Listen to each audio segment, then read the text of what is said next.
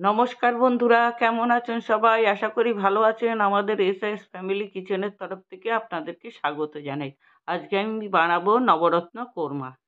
এখানে নবরত্ন কোরমার জন্য আমি নিয়েছি গাজর, বিনস, ফুলকপি, ক্যাপসিকাম, টমেটো, মটরশুঁটি আর ছোট ছোট করে কাটা পনির, কিশমিশ, কাজু আর 4টে কাঁচা লঙ্কা। আমি আলু দিইনি, আপনারা চাইলে আলুও দিতে পারেন। অনুষ্ঠান বাড়ির স্টাইলে এই নবরত্ন কোরমা বানাবো। চলুন আপনাদেরকে দেখাই কিভাবে বানালাম। লুচি, পরোটা, পোলাও, ফ্রাইড রাইস সব কিছুর সাথে এই নবরত্ন কোরমা ভালো লাগে। গাজর, বিনস আর ফুলকপিটাকে 3-4 মিনিটের জন্য একটু ভাপিয়ে নেব। আর এগুলো একটু ভাপিয়ে নেওয়া প্রয়োজন। ফুলকপিটা বিশেষ করে ভাপিয়ে জলটা ফেলে দেওয়া উচিত, কারণ এই ফুলকপি চাষ করার সময় অনেক বিষ সার দিতে হয়। আমরা কিছু বাড়িতে জিনিস চাষ করি, সেই জন্য আমরা জানি যেগুলো বিষ দিতে হয়। সবজিটা ভাপানোর সময় একটু নুন আর চিনি দিয়ে দেবো, তাহলে সবজির কালারটা বজায় থাকবে। দিয়ে দিচ্ছি ফুলকপিটা।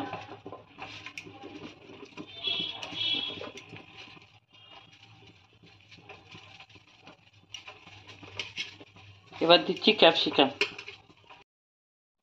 সবজির জলটা ফেলে দেবো, অন্য কিছুতে দেব না, কারণ এই সবজি অনেক সার বিষ দিয়ে চাষ করা হয়।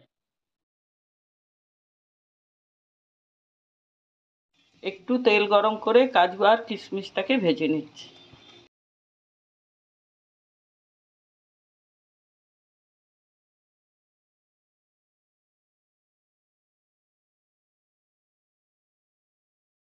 কাজু কিশমিশটাকে ভেজে উঠিয়ে নিচ্ছি, আর সবজিটাও ভাপানো হয়ে গেছে, এবার তুলে নেব। আমি একটু তেল গরম করে ছোট ছোট করে কেটে রাখা রেড কাউ পনির ভেজে নিচ্ছি। রেড কাউ পনিরটা ফুল ক্রিম পনির হয় আর একটু শক্ত হয়।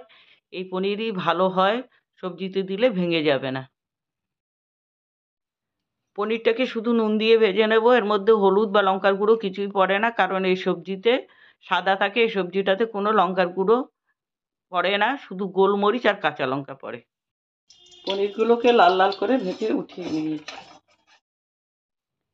ফোড়নের জন্য নিয়েছি 4-5টা এলাচ, আর নিয়েছি 4টে লবঙ্গ আর 3 টুকরো দারচিনি, আর ছোট ছোট করে টুকরো করে 2টো তেজপাতা নিয়েছি, কারণ একটা গোটা তেজপাতা কারো পাতে পড়লে একটা বিরক্তিকর ব্যাপার হয়।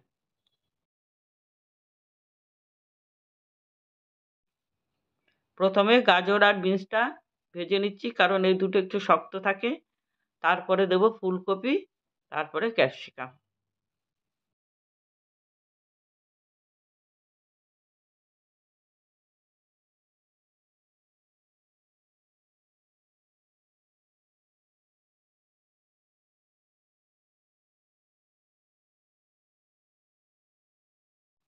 গাজর আর বিনসটা একটু ভাজা হয়ে গেছে, এবার ফুলকপিটা দেব। ফুলকপিটা দিয়ে একটু ভেজে নেব, এরপরে ক্যাপসিকাম দেব।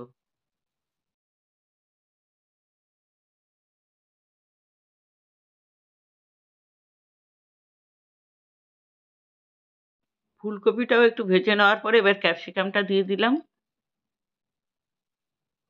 এবার দিয়ে দেব টমেটোটা। টমেটো বেটে দিইনি, কারণ বেটে দিলে একটা লাল রঙের কালার এসে যাবে, সেই জন্য টমেটোটা গোটা গোটা দিয়ে দিয়েছি।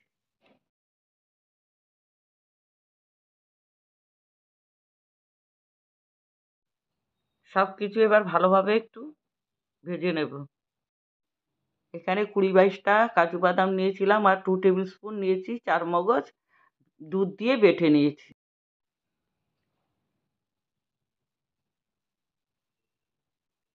4টে কাঁচা লঙ্কা দেখিয়েছিলাম, সেই 4টে কাঁচা লঙ্কা কুচিয়ে নিয়েছি, এবার দিয়ে দিচ্ছি। আর আদা, 1 ইঞ্চি আদা গ্রেট করে দিচ্ছি। আপনারা চাইলে বেটেও দিতে পারেন, আমি বেটে দিলাম না, কুচিয়েই দিয়ে দিলাম। সবজির সাথে আদা কাঁচা লঙ্কাটাকে ভালো করে আবার ভেজে নিচ্ছি।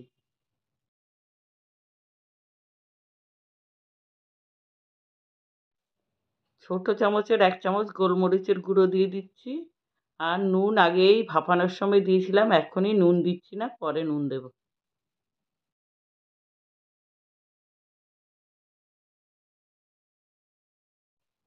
আমার কাছে ফ্রোজেন মটরশুঁটি ছিল, 1 কাপ মটরশুঁটি দিয়ে দিলাম। আপনারা এর মধ্যে পারলে মটরশুঁটি দেবেন, মটরশুঁটিটা দিলে ভালো লাগে। এবার কাজু বাদাম বাটাটা দিয়ে দিচ্ছি, দিয়ে ভালো করে কষিয়ে নেব যাতে কাঁচা গন্ধ না আসে।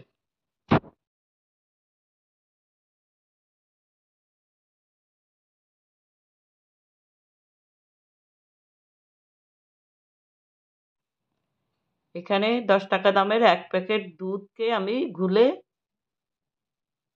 দিয়ে দিচ্ছি। এটাতে দুধই দিতে হবে, জল দিলে হবে না, আপনারা চাইলে লিকুইড দুধও দিতে পারেন।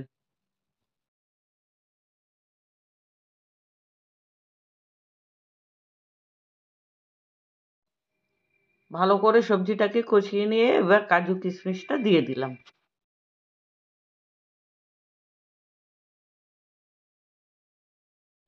এবার দিয়ে দিচ্ছি 1 চামচ নুন আর 1 চামচ চিনি। চিনি অবশ্যই দিতে হবে কারণ এটা মিষ্টি স্বাদেরই হয় একটু। আর 1 চামচ জিরে, 1 চামচ ধনে দিয়েছিলাম, কোনো কারণে স্কিপ হয়ে গেছে। এবার ভাজা পনিরটাকে দিয়ে দিচ্ছি, দিয়ে ভালো করে একটু মিশিয়ে নিচ্ছি।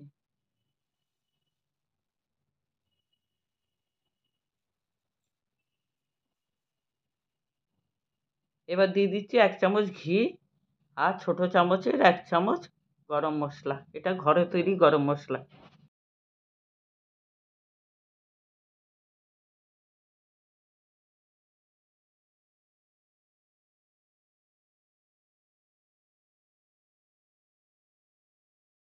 এবার দিয়ে দিচ্ছি 1 চামচ কসুরি মেথি। এটা আমার ঘরে তৈরি কসুরি মেথি। এবার ভালো করে আবার একটু মিশিয়ে নিচ্ছি।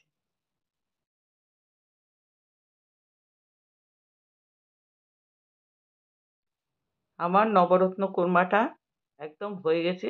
এবার সার্ভ করে নিচ্ছি।